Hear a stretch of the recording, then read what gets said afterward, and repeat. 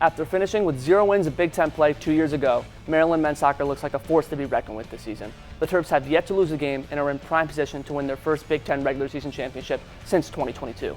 With 2 games left in the regular season, Sasho Sorovsky's top 5 group looks to finish strong and return to championship glory. Can they do it? That's coming up on this week's edition of The Left Bench in Focus.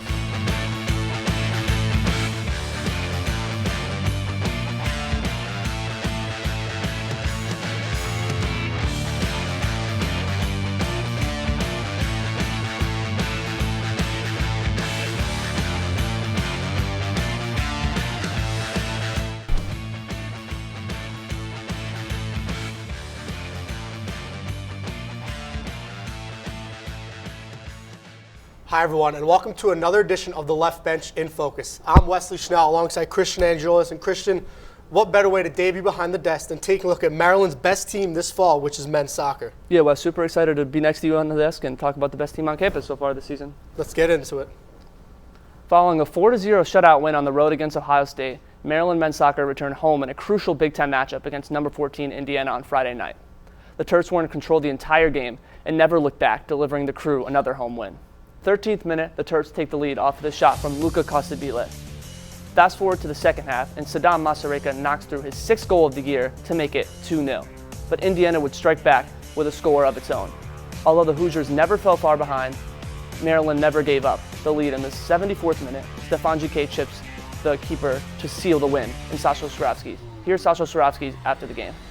It's Maryland, Indiana on a Friday night in front of almost 6,000 people. I mean, there's going to be heated moments, and I think that one of the messages is that we have to stay composed and we have to be disciplined, because there's been times on both sides that where sometimes players have lost their cool and it's cost you games. So I thought our guys kept their composure.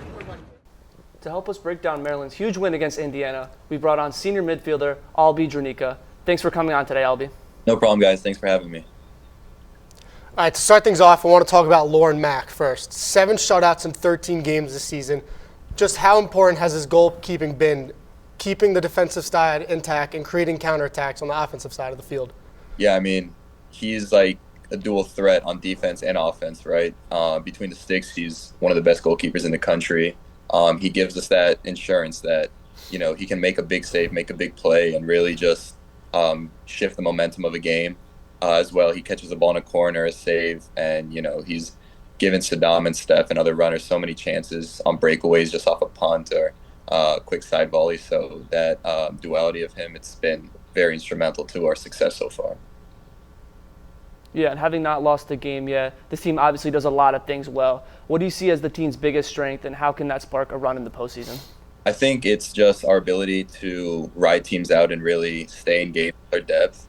Our talent has been off the charts for a number of years now, but this year it's, we're bringing on starters from the bench almost. So it's like we've got a full-strength squad for the whole 90 minutes. A lot of our goals come in the second half as well, so that's a big part of it. And yeah, just the ability to stay in games and weather storms. And, we come into games and we know we're going to get a few goals just because of the talents we have. And we trust our back line, our 2 center backs, and our goalkeeper to make big saves and keep us in games. So that confidence, it's flowing through us right now. Yeah, definitely. And to get back on the attacking side, the game has been so efficient all season long. What is it like playing in such a great attacking team? Yeah, it's just the fluidity and movement. I mean, guys, we've got wingers, we've got 9s, we've got 10s who can just interchange throughout the game. So it's not very rigid when we attack. It's very fluid, the shape we want to get into. And as the season's gone on, just feeding off of players' tendencies, knowing what they like. And we're all just kind of meshing right now. I think it's really clicking. We're scoring a lot of goals. And just that understanding between, the front players, the midfielders, the 10s, our 6s, that build up in the final third, it's really getting better. Yeah, and 2 games left in the regular season, and this team still hasn't lost a game yet. How much does staying undefeated in the regular season matter to you, or do you think there's more important details that need to be addressed come postseason play? It's all about getting a good seed. If we get that number 1 seed in the Big Ten regular season, that's going to help us tremendously throughout the Big Ten tournament. Having that home field advantage, I think, has been undisputed in our success this year. Ludwig has been, a fortress. It is what it's supposed to be. The fans are loud. It's an intimidating place. We shut teams out there. So having that home field advantage for as long as we can in the postseason is the priority right now. So whatever we can take to get to that point, we will do. Thanks for joining us today, and good luck the rest of the way. Thank you so much, guys. Appreciate it. Now stay right here, because when we come back, we'll take a deep look into Maryland's 2018 national championship winning team and see how they compare to this year's squad. We'll also crown our Terp of the Year and take a look at the top 5 plays of the season. Don't go anywhere.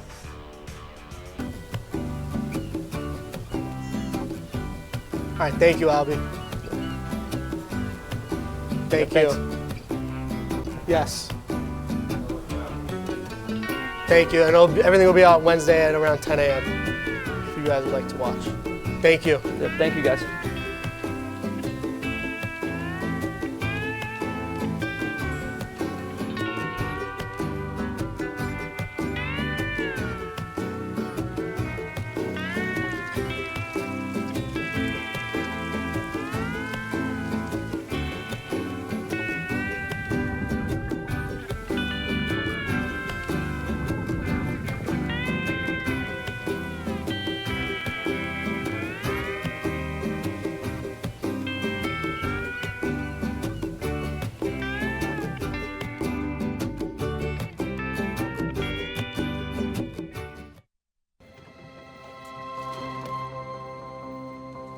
The impact of a meal goes well beyond feeding our bodies.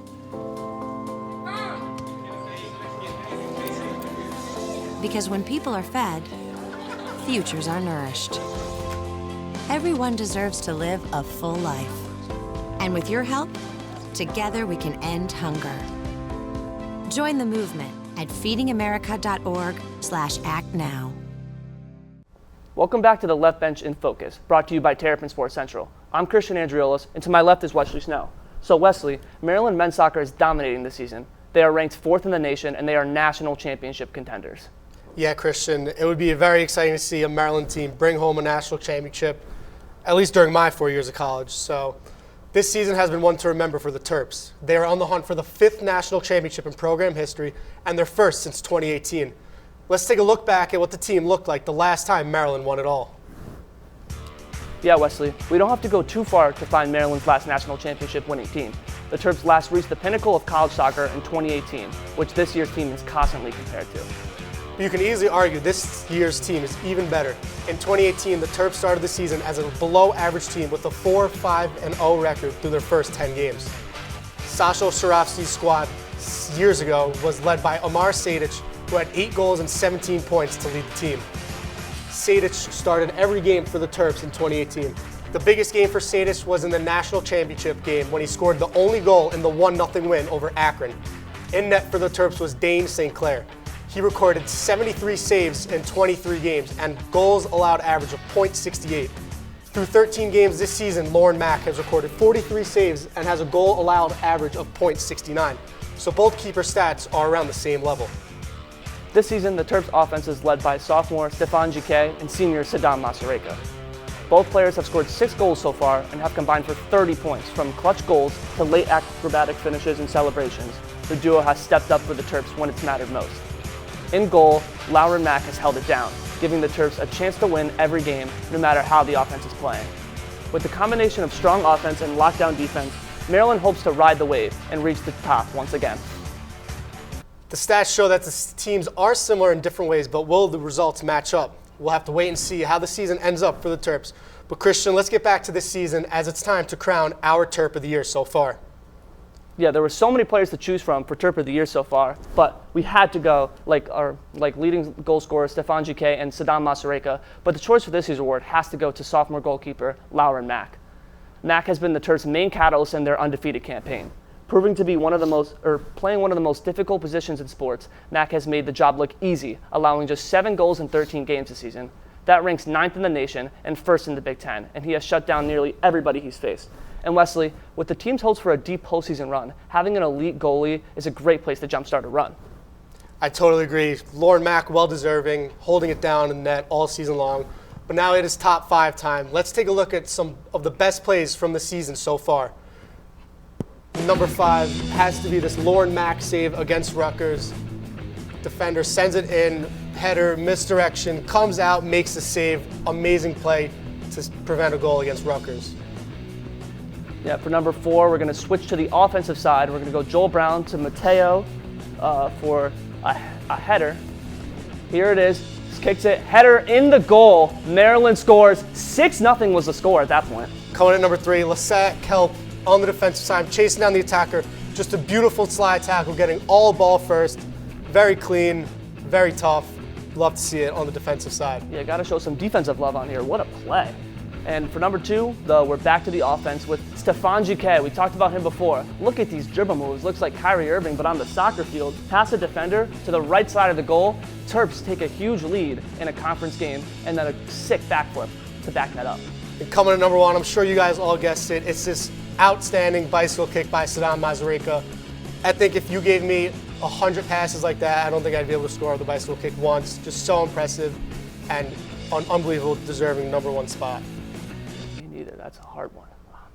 That about does it for this week. Be sure to keep up with all of TSC's content on Instagram, X, YouTube, and online at terrapinsportscentral.com. We'll see you next time.